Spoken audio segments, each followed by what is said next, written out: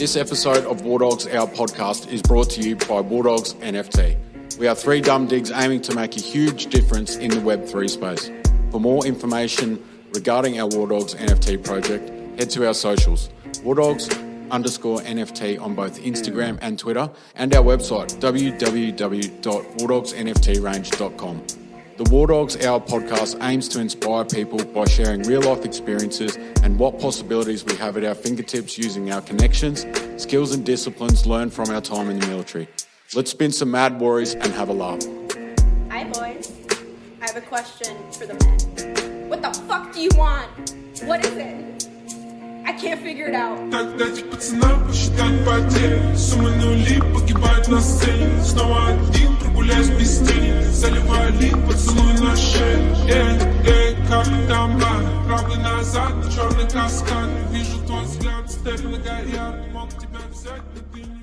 Our guest today joined the Army in 2007, serving in 3RR before completing selection and moving to 2 Commando in 2014.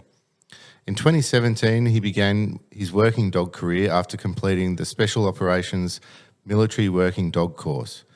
During his service, he deployed to Afghanistan and Iraq, as well as doing a tag rotation. Since leaving the service, he has started 2 businesses, with the latter, Origin Canine, his main focus, which is about supporting the full life cycle of working canines and their handlers. Tom, welcome to Wardogs NFT, mate. Thanks for being here. No worries. Thanks for having me, guys. Good morning. Morning, mate. So, mate, kicking things off, what made you join the Army? Do you want to tell us a little bit about your time? Yeah, man. So, yeah, a bit nervous already. Like, Oh, as soon good, as the mate. recording thing comes on, I'm like, As soon as you start talking, you're like, oh, We're all the same, mate. that's me. Nah, but Me too, mate. just start yarning. It's pretty good. All good. I think I was about like 15, 16 thereabouts, and I was in school, and like I just sort of, I wasn't like I didn't fit in school.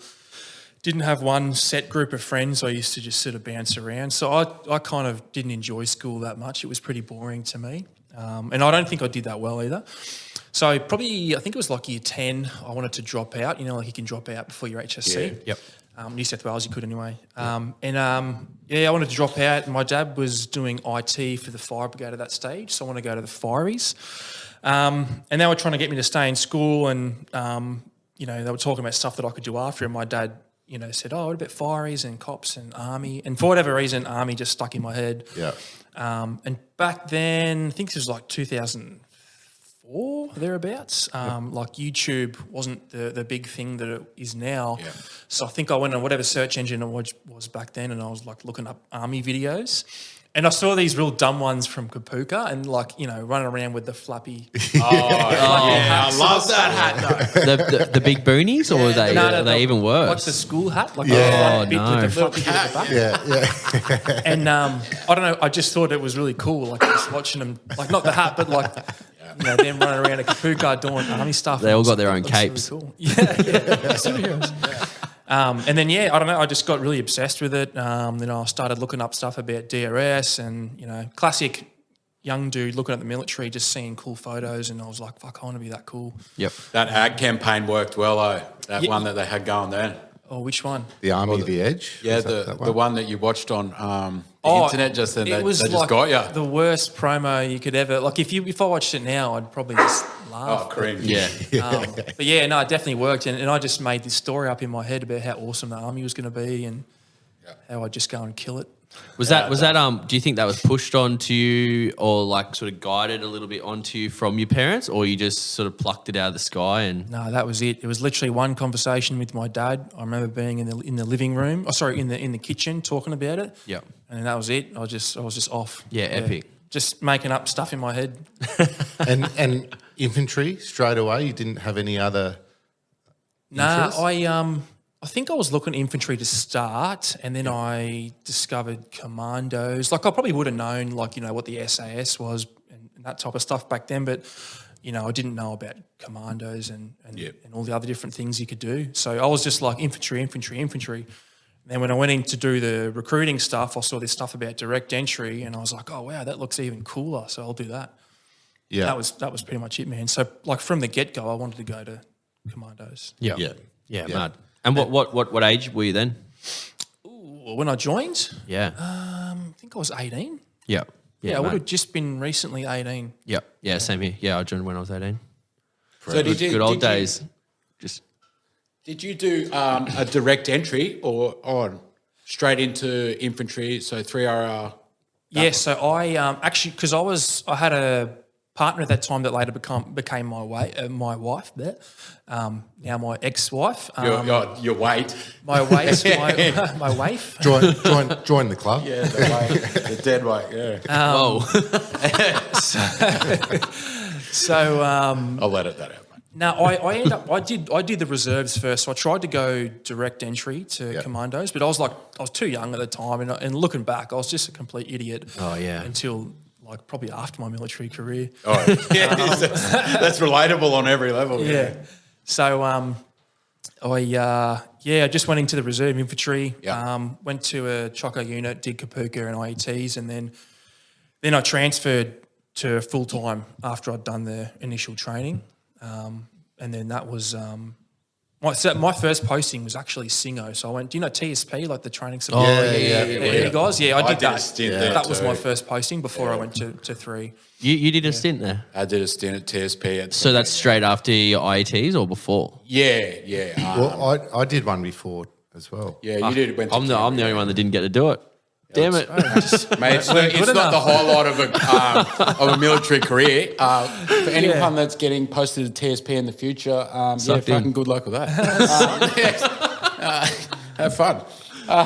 Yeah, definitely. Like it was for me, it was a big, like it was a nice gradual intro to the army. I wish I'd just dived in and gone full time straight away, but I didn't.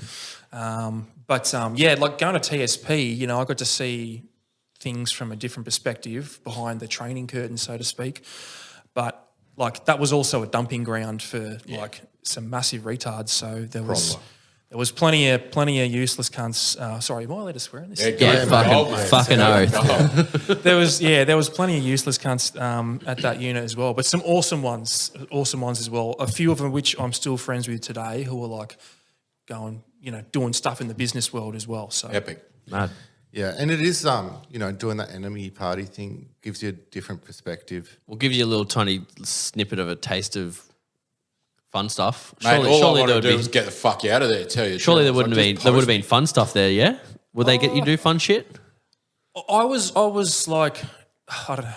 All right, I was one of the better guys. Yeah. No big deal. I was one of the better guys, so I got treated a bit better. Like I was allowed to do certain things that other guys weren't allowed to do because they would fuck up out on the piss and do stupid stuff. So I was allowed to go to the gym and train, and if we were out bush, because it was all non-tack, me and some of the secos would go back into the lines and have a meal or whatever. So, because I wasn't as bad as some of those other guys, I was given a bit of grace. So it wasn't terrible for me. Like, being posted away from my missus at the time was pretty hard. Yeah. Because, being in Singo and I was living in Sydney. But like largely I had a fair bit of freedom as a young digger, so it wasn't too bad. Yeah, mad. So from there, did you post into 3RR? Yep. Went to 3 after that. Did a few years at 3. Did you get your wings at 3? No, actually I didn't. And I used to be really spewing about that, but now I don't care because I got the green ones anyway. But, there was still they were still jumping back then when we were in Holsworthy. But for whatever reason, like a series of bad unfortunate events, I think I was panelled on like 7 para courses. I did 5 PFAs, and for whatever reason, I just never got on the course. And I think the very last one that I was panelled on, the OC of Charlie Company at that time took me off to put himself on the course. Fucking jackass. That does not sound. That does not sound like. And then he failed the heaves on the PFA, so he didn't do it. Surely anyway. not. No. Well done, sir. Well done. I'm as shocked as you are. Yeah, well done, sir. You bag of shit. Anyway. And then selection in 2014? Yeah. So I did a trip with 3 in 2012. Did an Afghan trip with them. What trip was that? Was that MTF 3? 5. 5. Yep. Oh, sorry, my math is terrible. Yeah, we were MTF2 in 2010. I'm like, yeah, that would have been 2000. That would have been MTF3. They were doing 3-year rotations. Yeah, we were there for a little bit, surely. My rotation was 5 years. Yeah, yeah, MTF5, mad. Yeah, so I did MTF5 with 3, which was an okay trip. Yep. You know, I guess like I always had an idea about what it would be like to go to war, and you know, I had this, like I said, when I was making up all this stuff about the army in my head, I just thought I'd just be this mad dude, getting firefights all the time, and like ducking and dodging bullets, and it just kind of wasn't like that. You know what I mean? Like it wasn't a complete flop, but it was also like, you know, it wasn't the war movie that I thought it was going to be. Yeah.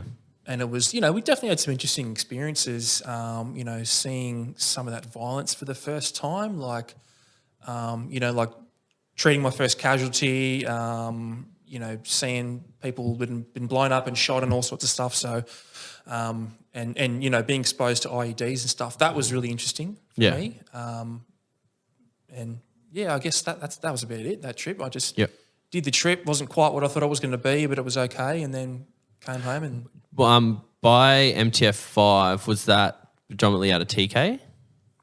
No, so I think we were the last ones that were out in the valleys. Yep.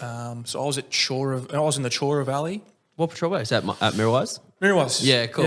Yeah. I was at Marshall.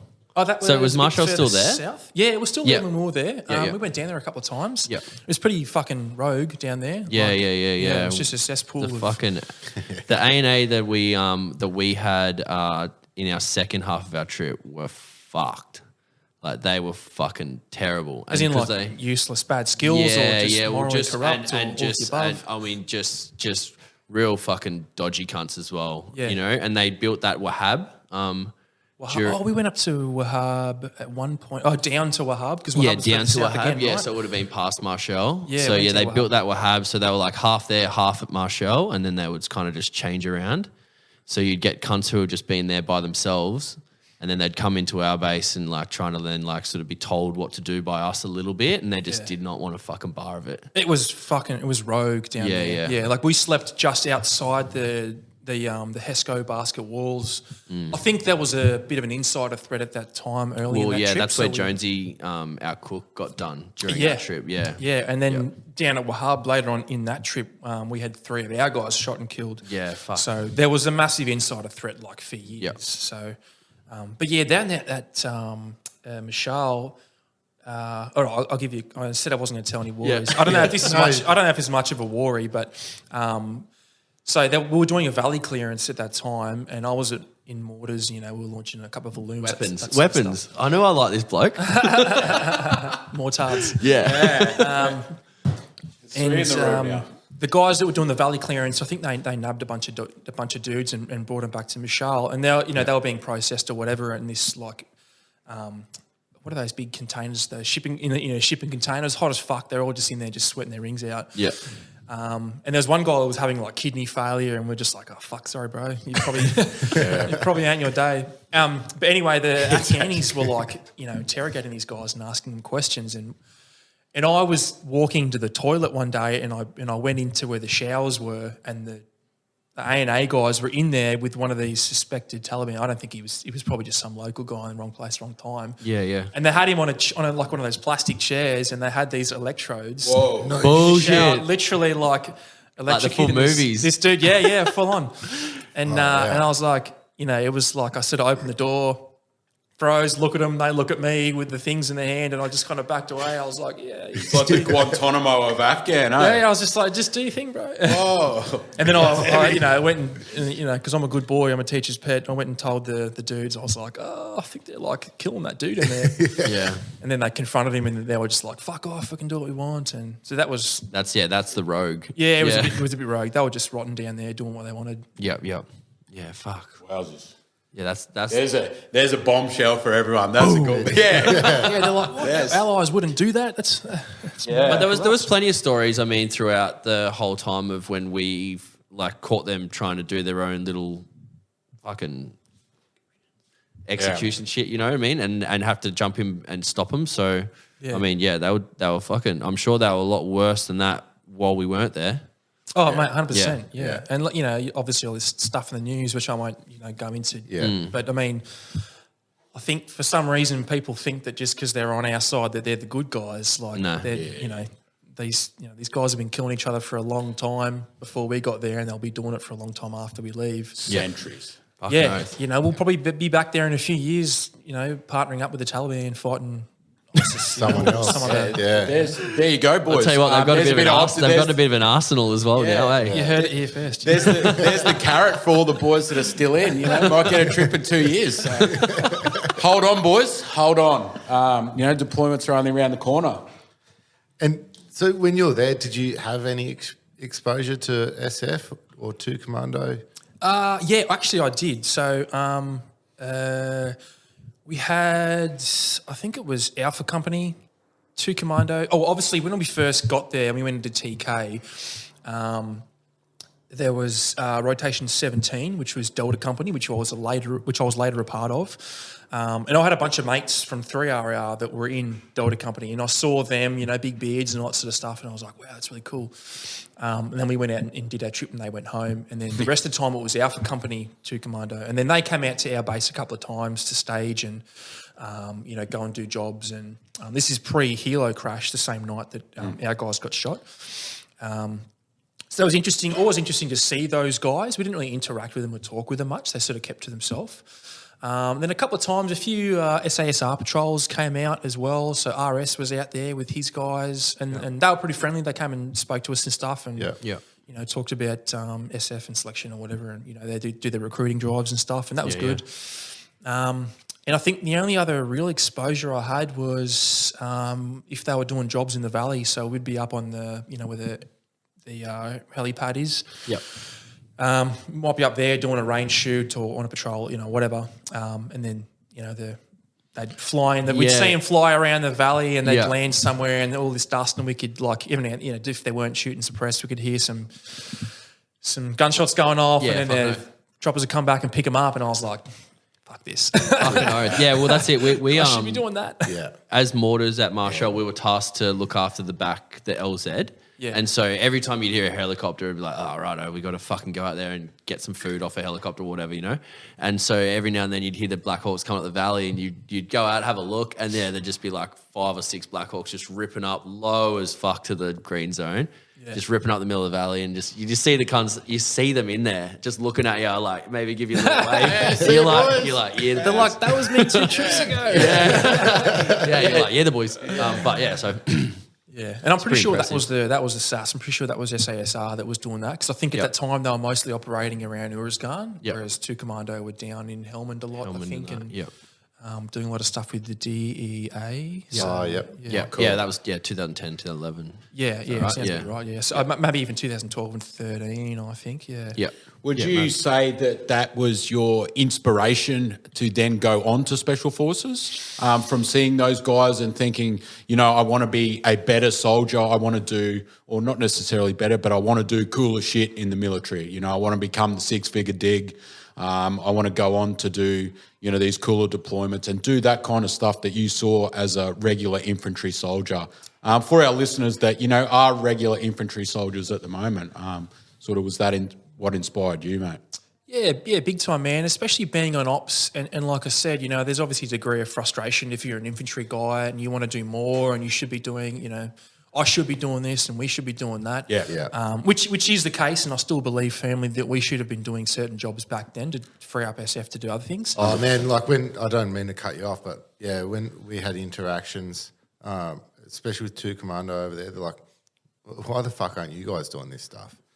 And we're like, well, yeah, we don't know. I think it's a risk thing, I think it's like, SF was the insurance policy, and I don't think they wanted to send guys like regular guys home in body bags, basically. And I think it was more palatable to the public to hear these, these Black Ops Special Forces behind enemy lines guys. They're the guys that are getting killed because they're and that's kind of their thing. What I mean? That's not the way it should be looked at either. A life is a life. It doesn't matter if you're SASR, 2 Commando, or a regular infantry dude, or as Jonesy's case, a cook. A life is a life. Yeah.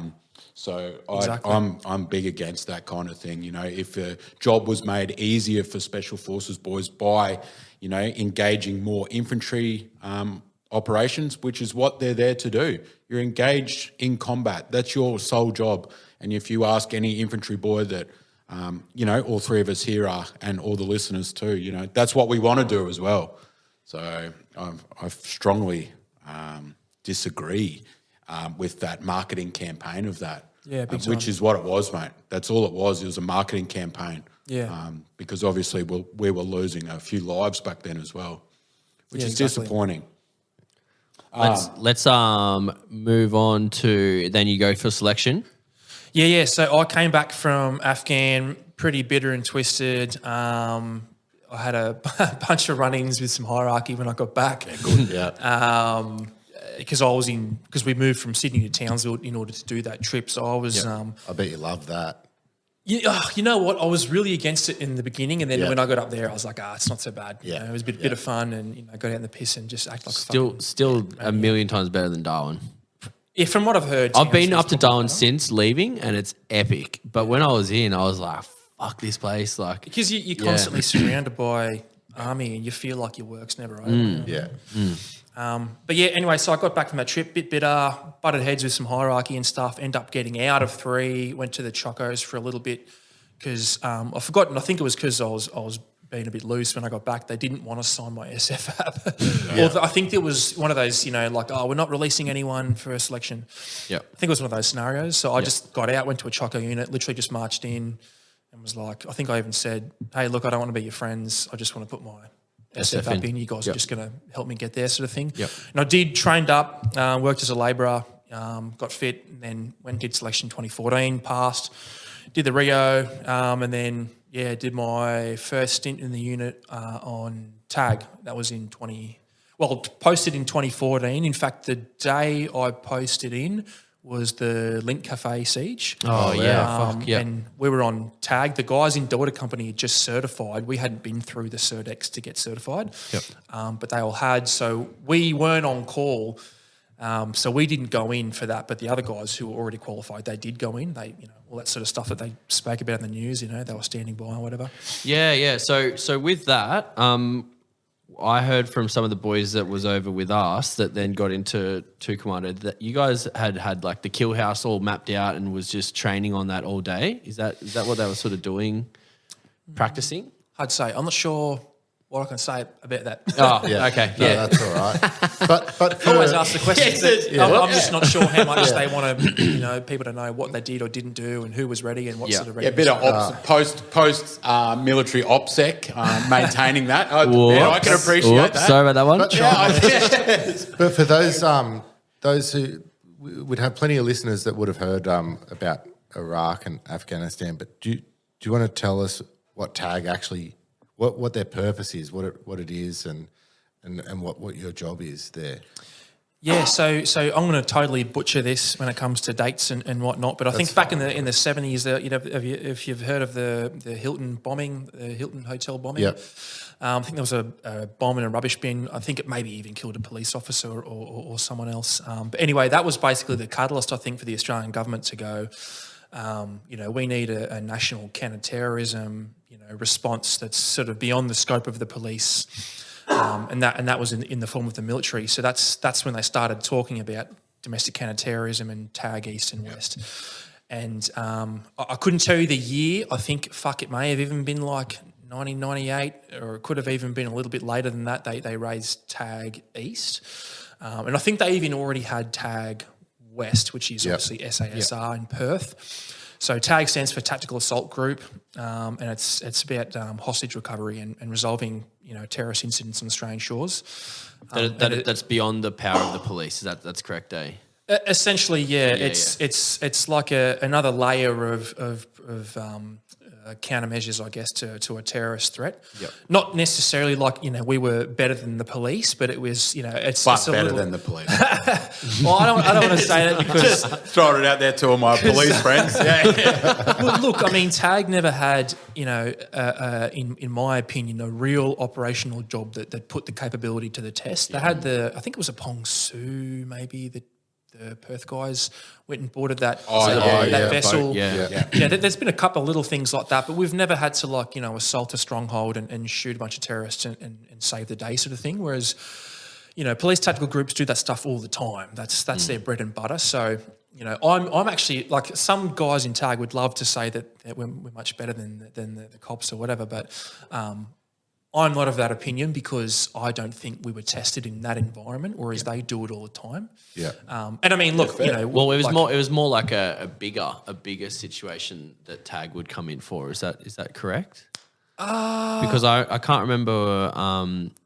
I'm probably going to get this wrong, but the Linz siege, they were saying it's one small dwelling, like it's small enough for the police. Where tag, you have like a company of guys that are going to go hit something. You know what I mean? Yeah, and look, I won't comment on that just because, like, I'm not like the tag representative, right? I'm just giving you my spiel about when I was there and what I think about stuff. And also there's a lot of relationship stuff between tag and the police that's I don't want to speak to. So. Fair. Yeah, that's fine. That's basically And it. a diplomatic viewing on that is very diplomatic of you. I'll pay that. So the police. Maybe I need to swallow my words there. Yeah, because I mean, it's not like tag sitting around going, these fucking police. Yeah. We need to save them, and the cops aren't sitting around going, fuck, I wish tag was here. You know what I mean? It's they're just doing their thing, and we're just doing our thing. Yeah. And it's, there's you have your mandates, and it's kind of like SASR 2 Commando. You would operate at different ends of the spectrum, and they would overlap. There would be a big overlap there. Yeah, that's a really good way of putting it, I think. Yeah. So, would you say this is how you got into your dog handling from 2 Commando? Is this how you got involved with dog handling? Yeah, this is it. And if you want to give us the spiel on how you got involved with that in a bit more depth, mate. Yeah, so about 2014 on the Rio, had exposure to the dogs as part of the Rio. They sort of talk you through it and show you a couple of things.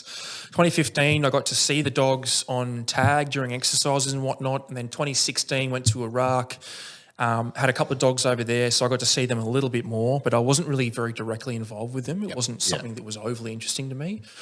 So I got back from that deployment, wasn't really sure what I was going to do, next career move sort of thing.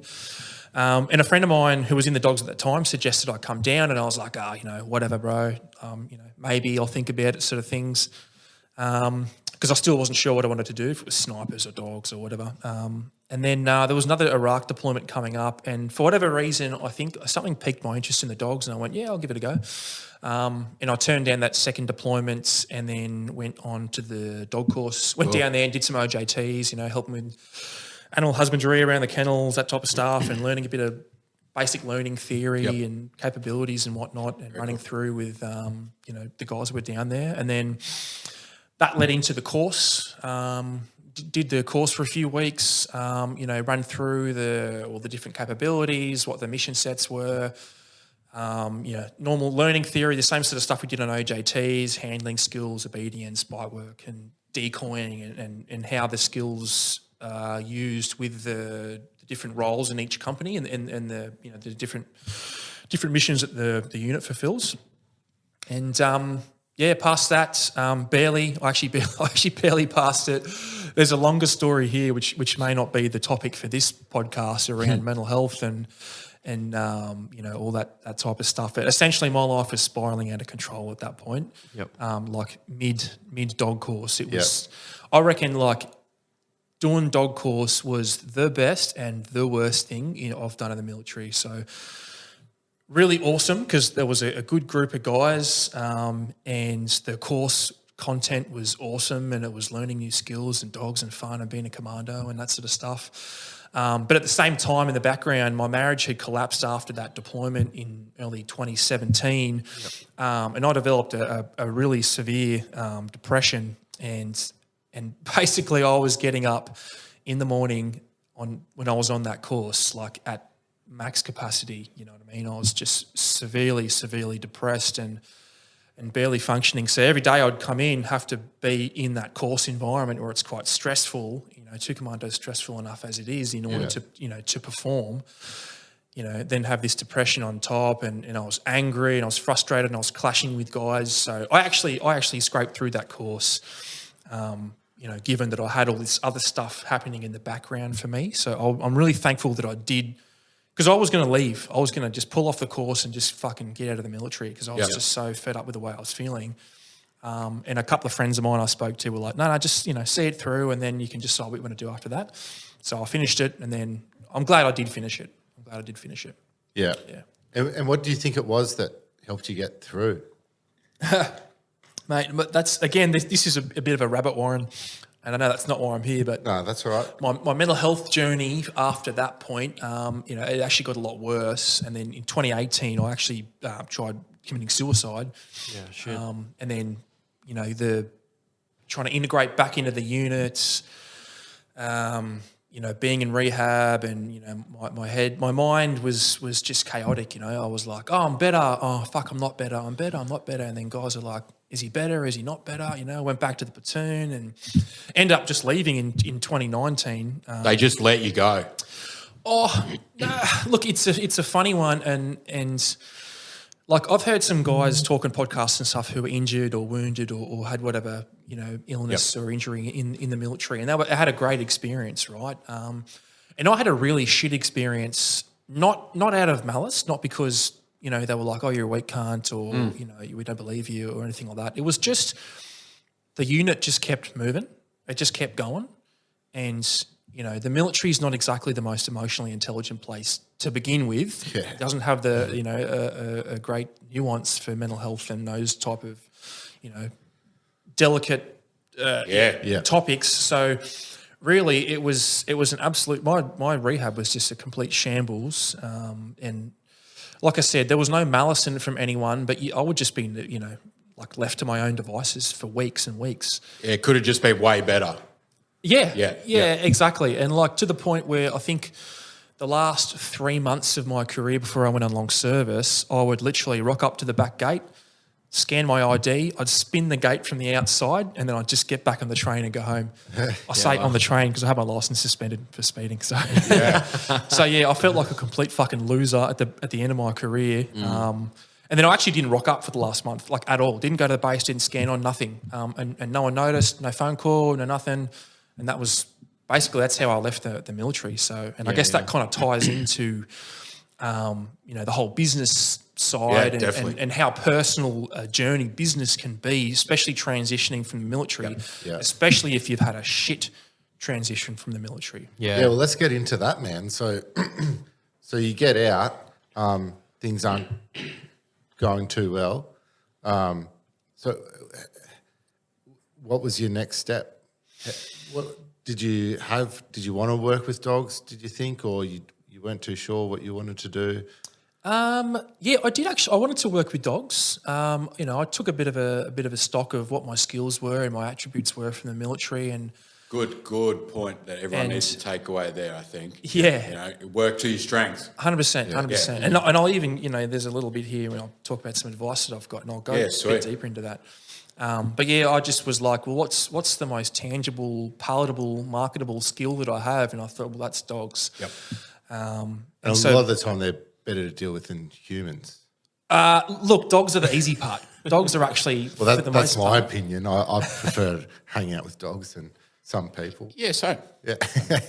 Yeah, and look, dogs are reasonably unconditional. So I guess that's why people take that opinion, I guess, because we don't have to navigate the personality, the complex complex that humans have. So. Mate, we've got Cavaliers and he's got a Cavoodle, so the love is unconditional 24/7, mate. Like, that's prime meat missiles too. Waggiest tails in the world. Yeah. Mate, you could do nothing wrong by my two. Nothing wrong. Yeah. So, what was I on about? I've forgotten. We were on to working with your strengths. Moving on to dogs, working out what you wanted to do. Yeah. So I did a civilian dog training course into 2019. It was about November, I think. So I was still on long service. So that was good. I upskilled myself a little bit. And I just, because I was SF and I was a doggy, I got out and I was just like, I'm killing it. I'm just God's gift to dog training, you know what I mean? And I did that course, and it was interesting to learn some stuff that I didn't know about. Very different method, but aimed at the pet market. But I still thought I was killing it, and it wasn't till like early 2020 I went to a Pat Stewart seminar. So Pat Stewart's another X2 Commando guy, now turned international dog trainer, pretty well known in the dog training circles. Anyway, so I went to a Pat Stewart seminar, and my attitude going in was like, I'll just go there for shits and gigs because it's something to do, and I don't need this. So I'm just killing it. And I went there and I was like, oh, fuck, I know nothing. Humbling moments are great. Yeah, there were like chicks there with like dyed purple hair and stuff that were just like knew heaps of stuff, and I'm like, what does that word mean? Yeah. So that was a big catalyst for me to go, fuck, I've got to ditch that stupid attitude, where I'm just killing it because I was SF or I was in the military. Yeah. So much I didn't know. Yeah, and then so did you started the business before you did that course, or was that something in the back of your mind? What?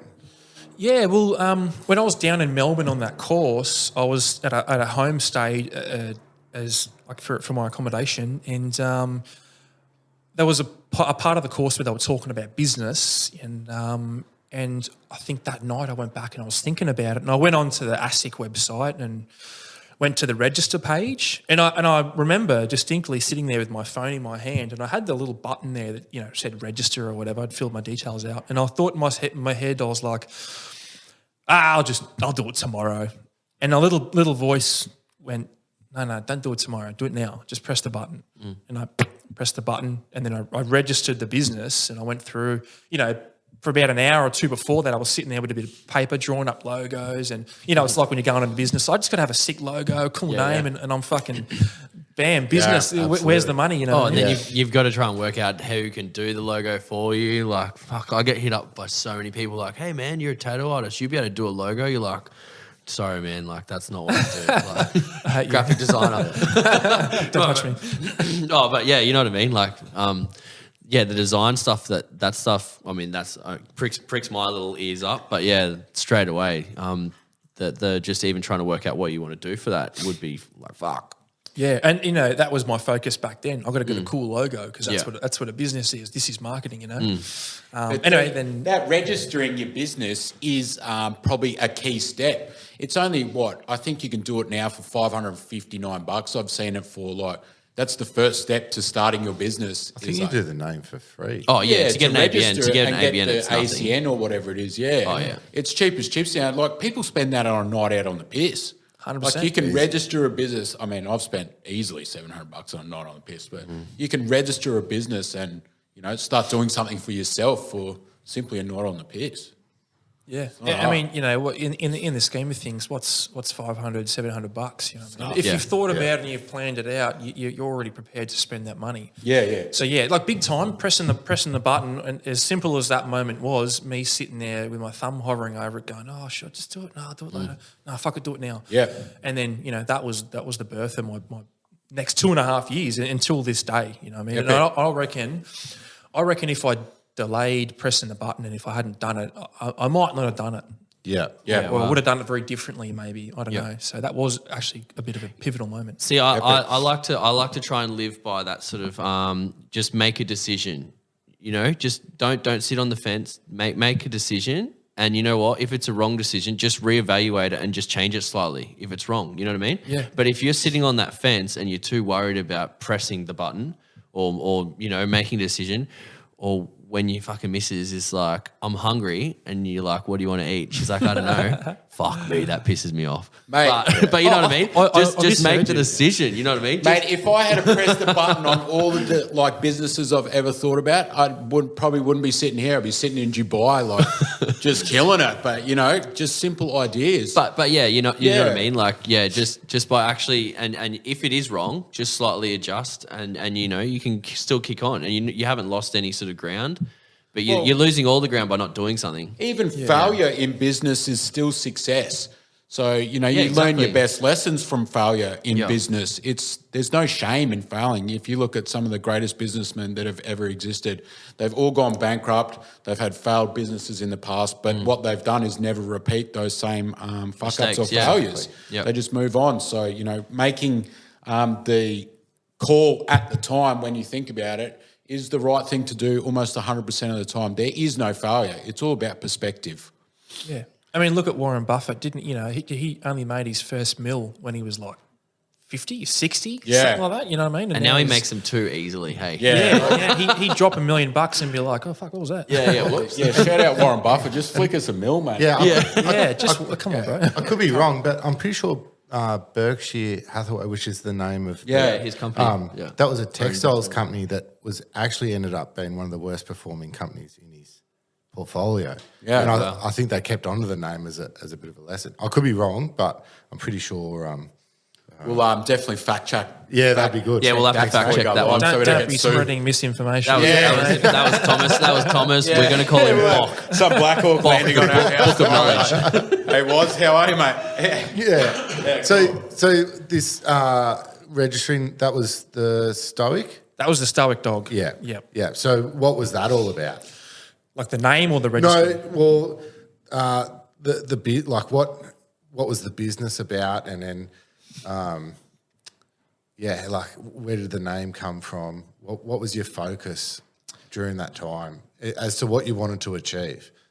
So I actually didn't have much of a vision back then for what I wanted to achieve, which is obviously one of the lessons I learned. You know, like I thought having a logo and a cool name was a business. Yeah.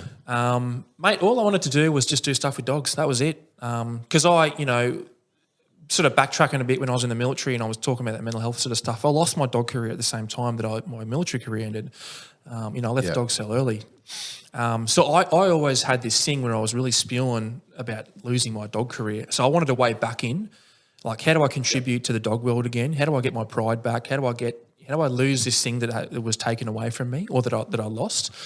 So I just wanted to get back into the dog world, regain, get back some of my lost pride and start contributing to dog training again. You know what I mean? That was really it. And the Stoic dog, like the name Stoic, is at that time I was, still in my recovery phase. I was doing a lot of reading about philosophies and, all that self-help sort of stuff. And I just sort of came across Stoicism, and I used to read that, the Daily Stoic, it's called, by I think it's Daniel Halliday, and it's just a Stoic quote every day for every day of the year, and I'd get up, read my quote, try and live the day according to that quote. So that was basically it. Yeah, cool. Yeah, so it was a bit of an amalgamation of what I wanted to do, and then how I was using dogs as a recovery mechanism. Yeah. And then that obviously has transformed into Origin Canine. Yep. So how's your methodology changed? That's the way. And where's your focus now with this new business? So the Stoic Dog is just a pet dog training business, domestic dogs. So any Jono on the Gold Coast or Brisbane can call us up and book in a training session, right? Reactivity, aggression, basic obedience, whatever. But probably about mid-2020, I think, or maybe even slightly earlier than that, a guy from Brisbane Airport Corporation wanted me to train this bird chasing dog that they had on the airfield. So I went and did a bunch of stuff with Brisbane Airport Corporation. And at that time, I was like, I'd like to separate my working dog stuff from my pet dog stuff. So I started Origin Canine, and it was supposed to be a consulting company. Yep. And then COVID and then we shit canned the whole thing, and Origin Canine was just sitting there. So I was like, okay, well, I'll start developing dogs for different, for the police and the prisons, and maybe sell back to 2 Commando. So I was, I bought a puppy and trained it up and eventually sold it to an agency. So that was the new focus of Origin Canine, right? So Origin Canine was a company, Stoic Dog was sole trader. Yep.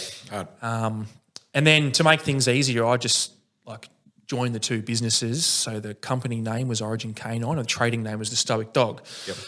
And then I started getting into looking at some of the equipment that I was using when I was training those dogs, and I was like, this product could be better, or why does this thing do that? Shouldn't it do this? And I just started sort of brainstorming, as you do. You 3 o'clock in the morning. I fucking got a sick idea. On my whiteboard, and I've all been there. Yeah. No sleep for the rest of the night. So you always have that notepad and pen next to you later. Yeah, and it's a good place to be. I'd rather be creativity surplus, so to speak. Yeah, 100%. So Yeah, had a couple of ideas, made a couple of shitty prototypes. They sort of worked okay, and then I was like, I might start making equipment. So then I just basically was searching around for a third-party manufacturer, found one in another veteran business, rolled with them for a little while, launched the business, and then, you know, because of a few issues like logistical and otherwise, decided to part ways with that company. And then I was like, well, you know, I'll bring it on. I'll bring it down to the Gold Coast. I'll bring the manufacturing in-house. Yep. So a few weeks ago, sold my car, used some of my savings, and I've invested a huge chunk of cash to buy all this material. I think I bought, the first order coming is 600 kilos. Wow. Like webbing and cordura and that type of stuff. So you're learning how to use a sewing machine, or? No, not me. So I've got a team member who does that. Awesome. And she's really, really good, man. She's super cool. And like we totally gel. She's great for the company culture. It's awesome. Yep. So yeah, essentially when that started taking off a bit more, and in my pet business, I'd taken on 2 other team members. So an ex MP dog handler, guy called Chris, and a civvy chick in 2021 called Emily. So she still runs up in Brisbane, and then Chris left to go to a different job that he was waiting to go to. So I was like, well, I've got this other business that's taken a lot of my time and energy.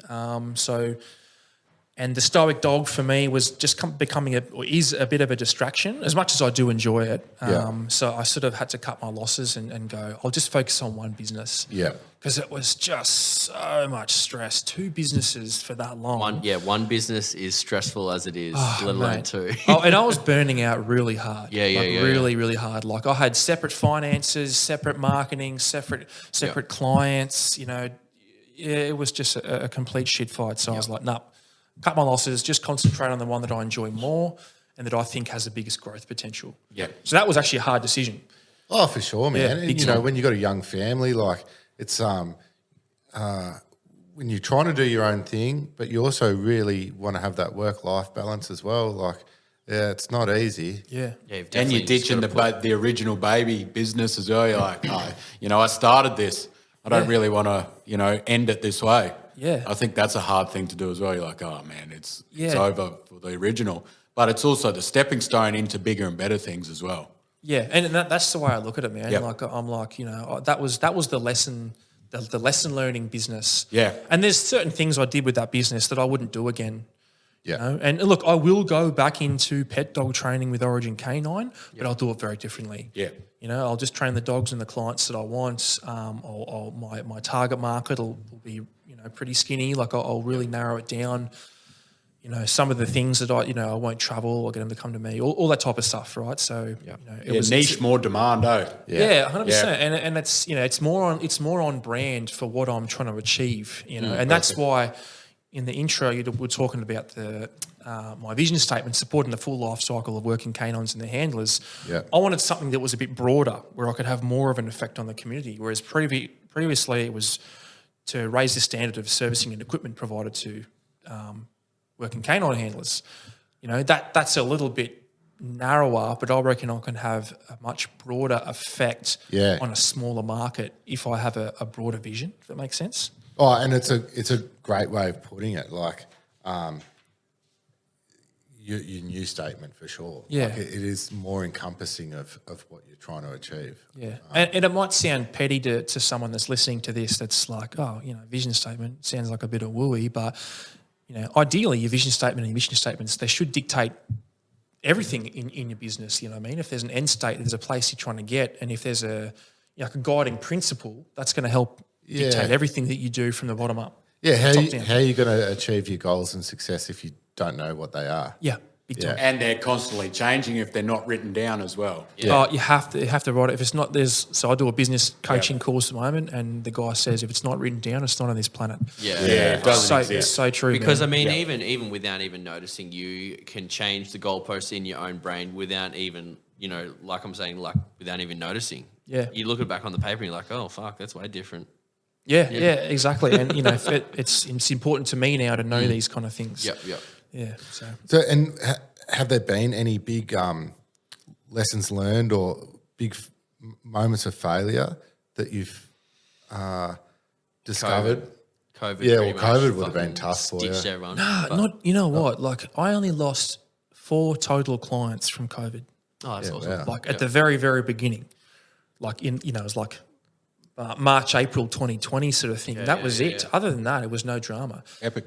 Yeah, so I was really, really lucky, especially being in a service-based industry where I was going into people's houses. Yep. For whatever, I'm sure I did plenty of illegal stuff outside of Outside of restrictions their or whatever. Outside. It was Queensland in didn't parks, even have COVID anyway, so Yeah, we were so- fine. Yeah, we just paid it. Well, we're not in Queensland either. We're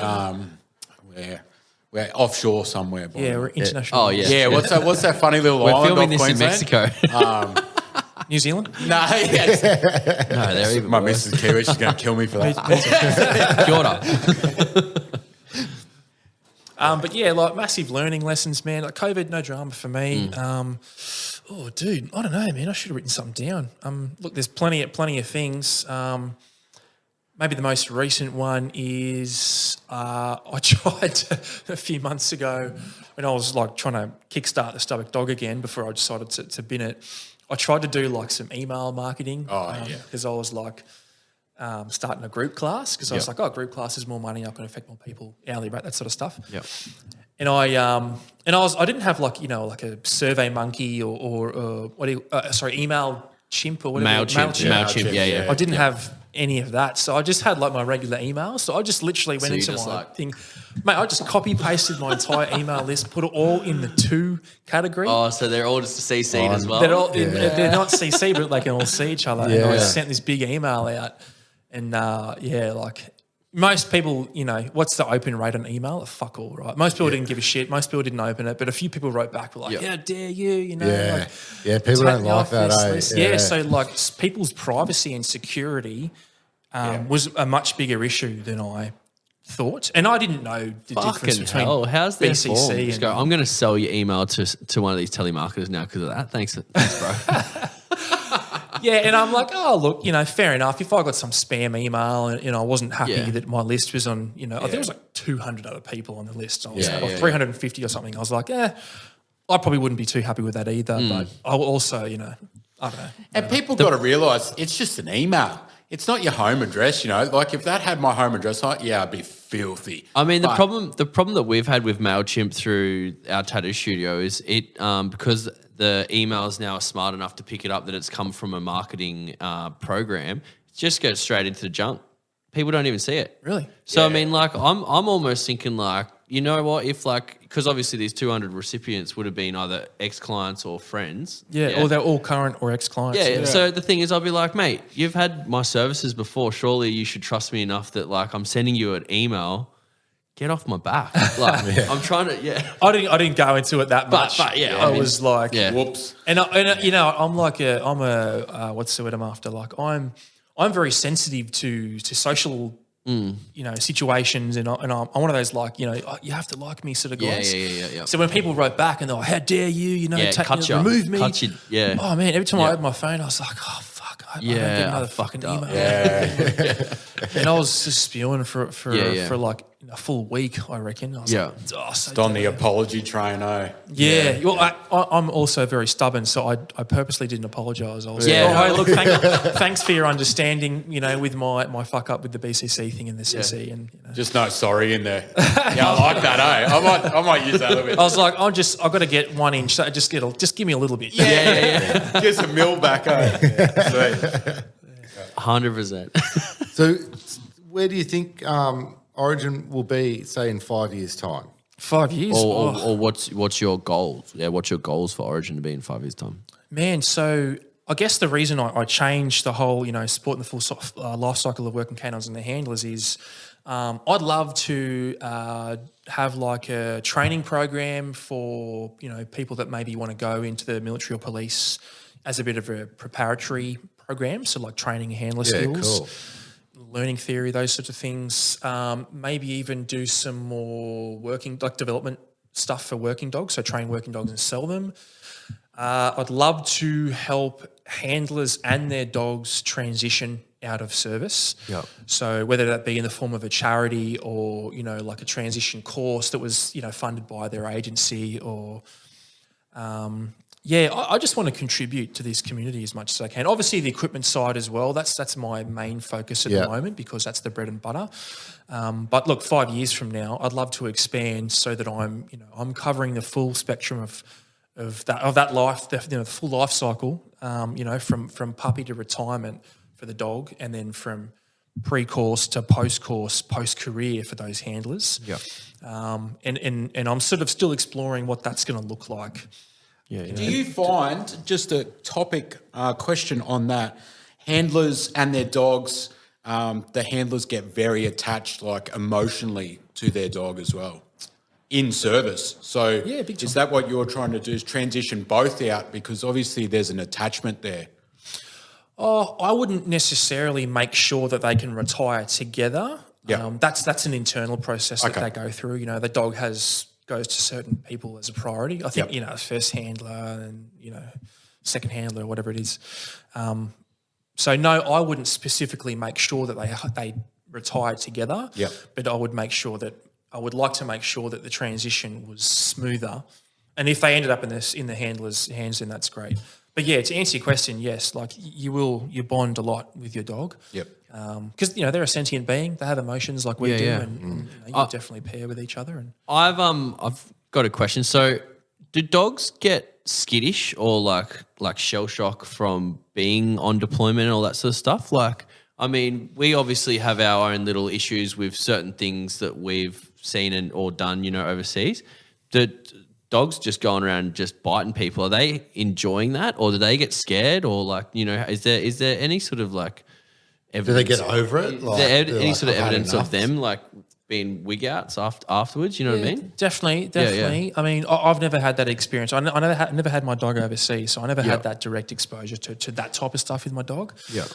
But definitely, they can definitely develop aversions to things. Like I said, they still have emotions, so they can still experience only 'cause you said fear and emotions, I anxiety sort of and all clicked. those sort of things. So, and it's trauma in dogs is the same in trauma as in humans. It's very, very similar. And in order to rehab that, you have to rewire or recreate and form new neural pathways, that type of stuff. So, definitely, big time, man. They can experience, post-traumatic stress and fear and anxiety and all that, 100%. That it would be a lot like, when these mongrels are training dogs, to fight and stuff, and then people are rescuing them and they're turning those dogs around. Yeah, well, I guess they're skittish. They're a little bit. And even rescue dogs at the pound and whatnot, some of them are very skittish, and people are turning them around, which is cool to see. Yeah. They turn into placid, family orientated dogs after that. Yeah, and look, you can achieve limited success with some of these dogs. Some of these dogs, they just, I've seen a few dogs, and I'm like, look, Cujo's never going to play with another dog in a dog park. I wouldn't leave him alone with the kids, but I can show you how to handle him a lot better, and make your life a bit easier. But some dogs, you totally, man. You just, and it might just be like, oh, you should zig, but you're zagging. Just change it a little bit, and then your dog's better. Yeah. You don't often get that lucky. This morning, for example, I was just with a client, and this dog has, an anxiety issue around other dogs, and it goes crazy on the lead, and we just changed a couple of small things, and basically in the space of 1 hour, the dog did a full 180 and was very calm on the lead, and we could pass other dogs. It still gave a bit of a reaction, but it calmed down a lot quicker. So. You can definitely recover a lot of these animals, man. I might have to get you up to train my cavalier so he tries to stop killing my pool man. Don't do it. The only thing I ever hear Philpy, I'm on the phone to him, he's like, me fucking dog's just shit in the house again. No, that's the new one. Yeah.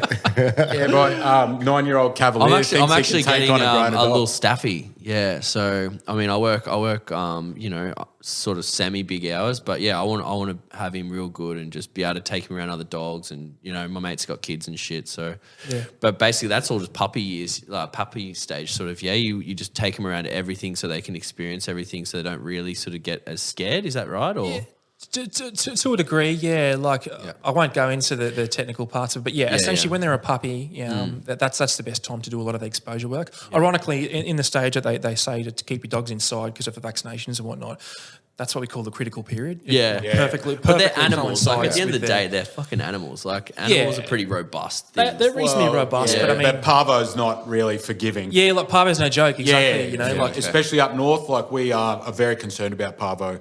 See, I've never even heard of it. So, yeah, I probably should do some learning. they shit blood and stuff. They and die. It's Yeah, pretty gnarly. But look, I mean, if you're careful and you don't just like take it to a dog park and let it off lead and go to some fucking homeless shelter, then you should be fine. You know what I mean?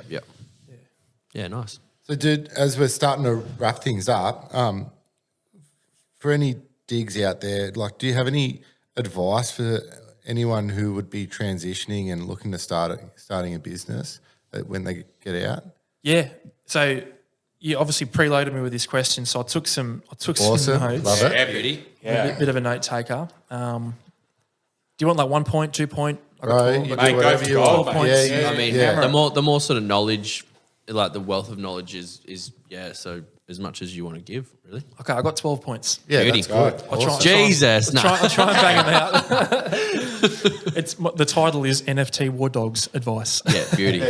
So my number one bit of advice when getting out of the military is have a break.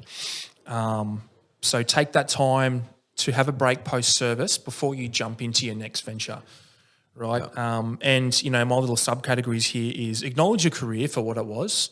You had a great career, a shit career, you were injured and left early, you never deployed, you got shot at heaps, you lost some friends, whatever the case is, you need to acknowledge that career and accept it for what it is and was, because it's not going to change. That's your career.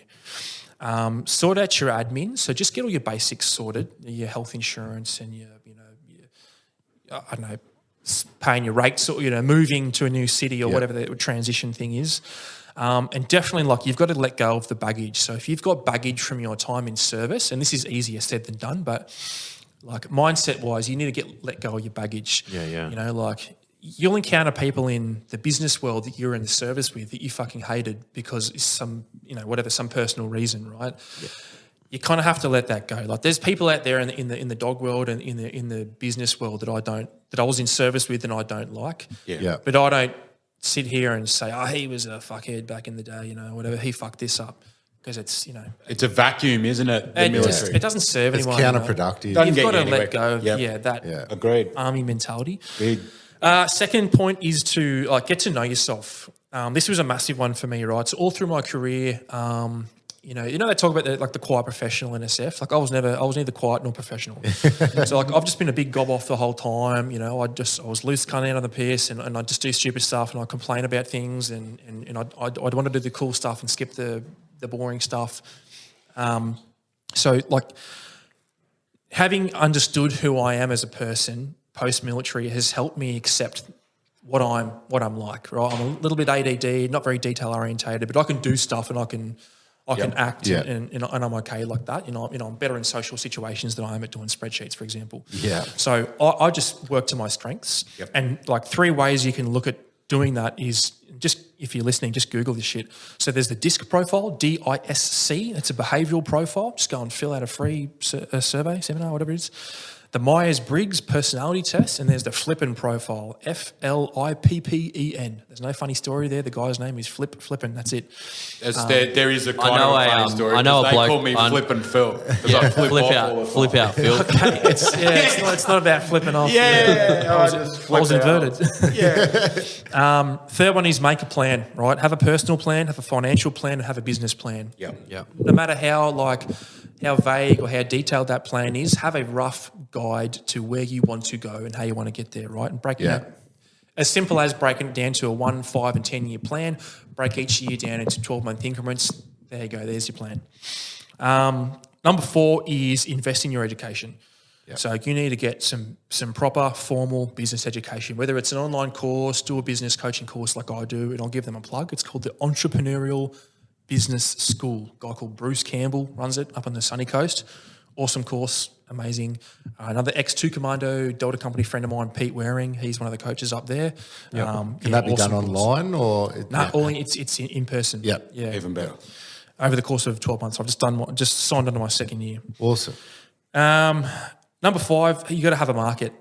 Like, things like coffee and t-shirt companies are great, but make sure you have a market that's going to buy what you've got. You could have an interesting idea, like you said. If you just register every interesting idea, you'd hit one eventually. You have like 1,000 businesses. You know what I mean? So, like, have a market first. Have something that you're going to be able to sell to. Yeah, find something that you can like fulfill. Solve a problem. Exactly. That's the biggest one. That's what I feel like I do with Origin Canine. Yeah. Number 6, halfway there, cash flow, right? You need money going into your business. You need more money. It sounds dumb and simple, but you need more money going in than you need going out, right? So you've got operating cash, financing cash, investor cash. Operating cash is the money you get from the core business activities, service or product. That's the most money you should be making, operating cash. Yep. And then financing and investing, obviously financing is loan, investing is investors. You don't really want that in your business. And we've got have systems, number 7. So have systems for, how you make things, how you take bookings, how you collect money, a schedule. Yep. Just have systems that you use that you can rely on, like templated things that are when the chips are down, you can just look at it and be like, step 1, step 2, step 3, It makes things a lot easier. Yep. Just like having SOPs. And literally just have SOPs and you can change them over time. Number 8, so do the basics first. So, and I've got a quote here, perfection is the enemy of action. So if you do the basics well, you can build the complex, cool stuff later. Don't skip the basics, right? You need cash going into business. You need some basic marketing, have a sales process, have a product. Yeah. That sort of stuff, right? Just do the basics well before you do complicated shit. So don't go out buying, some awesome shit that's, really expensive that you don't need. Just do the basics. Like that Lambo? Definitely need that. Like the what? The Lambo. Like that Lambo? Lambo. Mate, I'm gonna buy myself a Dodge Ram 1500. Yeah. I'll be running good are over they? Lambos on the road. Yeah. Like monster truck. All right, so number 9, be a tall poppy. So, like in the military, you get told to, be humble and all that sort of stuff, and you get cut down if you're a bit of a loudmouth like I was. Don't take that mentality from the army. Be a tall poppy. Like, put yourself out there. And look, criticism is part of the journey. You are going to get criticised by former colleagues, people that are still in the military, the other people in your industry. Who cares? Yeah. 100% can attest to that, because I see a lot of tattooers who are just like, I'm the fucking best, blah, blah, blah. And I'm sitting back like, you're a fuckwit. But all the customers, all the other tattooers, all that sort of shit, they're all just like, yes, you are the best, because they just have such that presence of them just making sure they're just letting everyone know their name. They're always just out there being tall poppy, like you said. So it definitely does help. Here's me just like, fuck that guy, I'm just going to be quiet in the corner and someone will eventually notice me. And look, it's okay to think that stuff. But no, it's a lot easier if you can be confident and admit that confident and that sort of just like overachiever vibe. Everyone will just attract to you straight away. And you can fix things on the go. You know what I mean? You Yep. just have to act. Put yourself out there and you can fix it up. Yep. And that, my second point there is to ditch the AJ mentality in line with the tall poppy thing. So, don't be an AJ anymore. You're not an AJ. You're a business owner. You're an entrepreneur. You're a father. You're a motorbike rider, whatever. Don't worry, we're getting there, guys. We're getting there another time.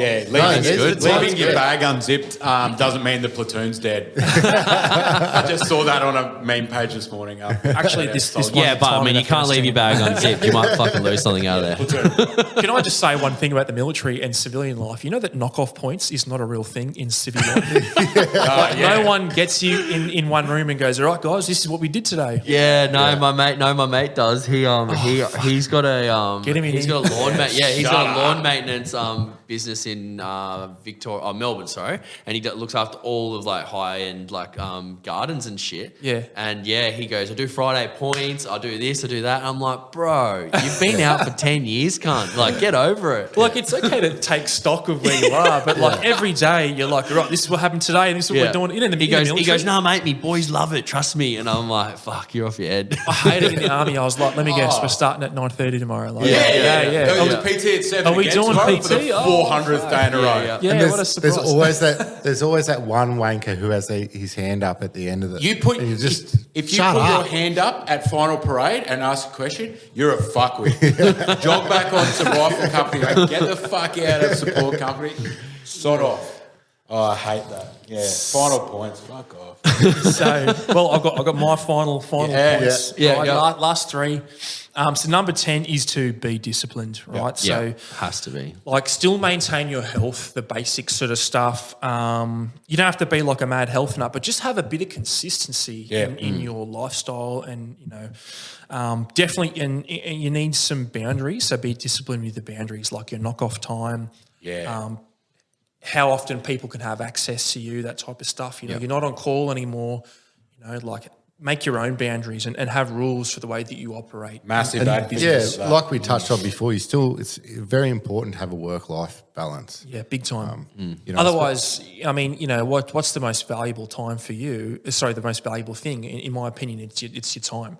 Exactly. You can make more money, but you can't get more time back. Exactly. So, that's what's important to me now. You ring me past 6 o'clock, your number's getting deleted. I'll send you a big email. Yeah. Here's my Just email. CC us all in as well. Sell your email. And number 11 is to protect yourself. So that's just basic things like insurance, even just having written policies like a privacy policy. Yeah. And cybersecurity. So I heard an interesting statistic the other day. It's that cyber crime is the third biggest economy in the world, $6.6 trillion. oh, shit. Jesus. Yeah. So if you're out there, you can start a cyber crime business. That's a lot of money in it.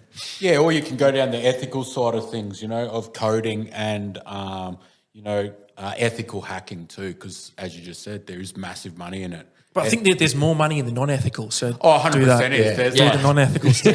Well, I mean, it's always funner when you're doing shit that's not Yeah, ethical. $6.6 trillion. Are you listening to me? I need a bit of that pie, with a bit of cream on top. Just give me Just have 1% of that market. even 0.1% of 6.6 trillion, please. Yeah, Good. Yeah, I'm okay with that. Shout out hackers, And my last point, number 12, is first you have to say yes. So when you're a new business, you need the clients. Fucking you need oath, yeah. the money, the cash flow. And then you've got to learn to say no. Yeah. So, once you've got your niche, once you've got your cash flow, then you can pick and choose who you want to work with. But initially, you've got to say yes. Take it on. Yeah, everything. Have your arms wide out, and then once you start getting that little bit better, and just start narrowing them down to only people you want to deal with. Yeah. Yep. Yeah. That is fucking awesome, man. I'm gonna get you. I think you might have to send us. Yeah, I'm going to implement a few of them. I'm gonna I'm I'm gonna print that off and put it on my wall. It's funny you were saying some of those points, and I'm like, oh yeah, I do that. But like the way you're thinking and structured, I'm like, man, this guy's fucking way better. Like, and I think, I am better. but that can totally apply to anyone. You don't have to be ex-serving or whatever. Anyone wanting to start a business, all that stuff will apply to you. So and we might put that, like when we go to post this episode on Twitter and stuff, we might use that as sort of our caption, because that'd be quite fitting, your points to business in our caption. That'd be an epic sort of caption for the advertising of the podcast, mate. I was going to write a book. It's called 12 Rules for Life. Mate, you probably should. 12 chapters of business. that's awesome. Yeah. I just invented it then. Yeah, I think you do quite well. well, the points were long enough. Like you got plenty of content. Have my own podcast. All right. Well, we might wrap things up there, Tom. Beauty. Thanks heaps for your time, man. This has been, I think we could talk for another few hours, but this has been unreal. Like I think we've all learned something, especially with what you've just given us. I mean, look, those 12 points, I've got those points because I've fucked up every single one of those things. And mate, that's why you're able to talk on them. You're spreading, your value is what you've learnt in the past through business, and that's what we're here about. On this podcast is to empower people again through other people's lessons in business, mate, so that others can regain purpose. And I believe, those 12 points are going to be enabling people to regain a bit of purpose there, mate. So I appreciate you sharing that. And, dude, where can people find you? Instagram, website? So website's down at the moment until I can relaunch it, but it would just be Origin K9, so Origin, ORIGIN, like an X-Men movie, letter K, number 9.com. And then Instagram at origin.k9. That's Yep. my Instagram. And you can find Facebook's the same. But if you just type in Origin Canine, you should get Yeah, Origin Canine came up straight away when I typed that. Yeah, sweet. There you go. I don't know why I have to put the dot in there. It makes me look like a fucking scammer, when they just... As long as you don't, have an one letter underscore in. before your name, I swear people who've got underscores, you go type their names and it just does not pick them up because they don't have the underscore straight. But they got like 6 of them, and you're like, do I have 3 or 5? Like, I don't even bother, right? when they're all together, I yeah. can't tell how big one of them is. It's because you're looking for chicks, right? Yeah, that's it. 100%. There's no business out there. my that's mates, like my mates. underscore business. It reminds me of one of our other favourite pages, which is constantly V5, V6, V7, V8, because they keep having to change their name. What is that? Not AFIS. Not AFIS. I'm not open. Volume 70,000. Yeah. Should get him on. He'd be epic. Fuck, we'll get cancer in 3 seconds. Actually, Skojo, I listened to a episode on Zero Limits, and Skojo spoke. Shout out to Zero Limits podcast, but Skojo spoke, and he spoke for like, I don't know, a minute. They're like, righto, you can shut up now. Well, like, was it a piss take or something? Oh yeah, no, it was just funny. It was just funny, classic, like exactly him, what he says like all the time. But it was funny as fuck, yeah. And they're like, "Radio, that's enough from you," and yeah. So, but yeah, their podcast is fucking epic as well. Yeah, I would listen to it in the car on the way here, actually. Yeah, bro. Yeah. Yeah, sweet, mate. So thanks for coming today, mate. Really appreciate your time. It means a lot for us that you've come down here, driven to this exact location and given us your time today and shared your insights and knowledge as well in business, mate. So hopefully the listeners can take something out of this and build on maybe something that they haven't created or something that they are creating, mate. So really appreciate that. Awesome. Yeah, awesome. Thanks for having me, Cheers. guys. Thanks, Tom. Thank you, mate. The Wardogs NFT mission and team and all related podcast episodes and content are provided for general information purposes only and do not constitute accounting, legal, tax or other professional advice. Visitors should not act upon the content or information found here without first seeking appropriate advice from an accountant, financial planner, lawyer or other professionals.